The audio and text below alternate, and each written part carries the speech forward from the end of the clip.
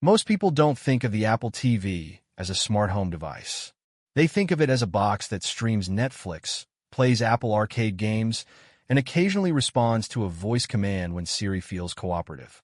But quietly, in the background, the Apple TV has actually been functioning as a HomeKit hub for years, coordinating smart locks, lights, and sensors even when nobody in the house is actively watching TV. With the new Apple TV 4K rumored to launch alongside iOS 27 and a completely overhauled Siri experience, that background role is expected to move front and center. Instead of being an accessory to your smart home, the new Apple TV 4K is shaping up to become its actual command center. To understand why this shift matters, it helps to look at what a hub actually does in a smart home setup, because it's a term that gets thrown around a lot without much explanation. A smart home hub is essentially the device responsible for coordinating communication between all your individual connected accessories: lights, locks, thermostats, sensors, cameras, and making sure they can be controlled remotely, automated on schedules, and triggered by conditions like motion or time of day, even when your phone isn't on the same network. Without a hub, most smart home accessories can only be controlled when you're physically on the same Wi-Fi network as them, which defeats a huge part of the appeal.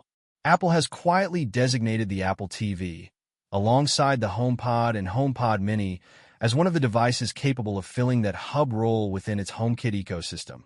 And it's been doing so since well before the current rumor cycle started. The problem is that this functionality has always felt somewhat invisible to the average owner. Because the hub role runs passively in the background, most Apple TV owners have no real sense that their streaming box is doing anything beyond playing video. With the rumored hardware and software upgrades coming in the new model, that's expected to change. A more capable chip means the device can handle more simultaneous automation triggers and voice requests without lag. A smarter, more context-aware Siri means those interactions can feel like genuine conversations about your home rather than rigid, memorized commands. And better wireless hardware means the hub itself can more reliably coordinate a growing number of connected devices without becoming a bottleneck. Put together, Apple appears to be taking a feature that's existed quietly for years and finally building the hardware and software needed to make it genuinely useful and visible to everyday users. Let's start with HomeKit itself, since it's the foundation everything else in this story is built on. HomeKit is Apple's framework for connecting and controlling smart home accessories through Apple devices, and it's been part of the Apple ecosystem for over a decade at this point. Through the Home app on iPhone, iPad, or Mac, users can group accessories into rooms, create automations based on triggers like time of day or someone arriving home, and control everything either manually or through Siri voice commands. The Apple TV's role within this framework has always been to act as one of the always-on, always connected devices capable of relaying commands and running automations even when your phone is elsewhere, since a phone that leaves the house obviously can't keep executing scheduled automations back at home. This is where the rumored chip upgrade becomes relevant again. Even though gaming and AI Siri tend to dominate the conversation around the A17 Pro. Running HomeKit hub duties, especially with a growing number of connected accessories in a typical modern home, requires consistent background processing power. A 5-year-old A15 Bionic chip can handle a modest smart home setup without issue, but as more households add cameras, video doorbells, multiple smart locks, and dozens of individual smart plugs and sensors, the processing demands on a hub device scale up correspondingly.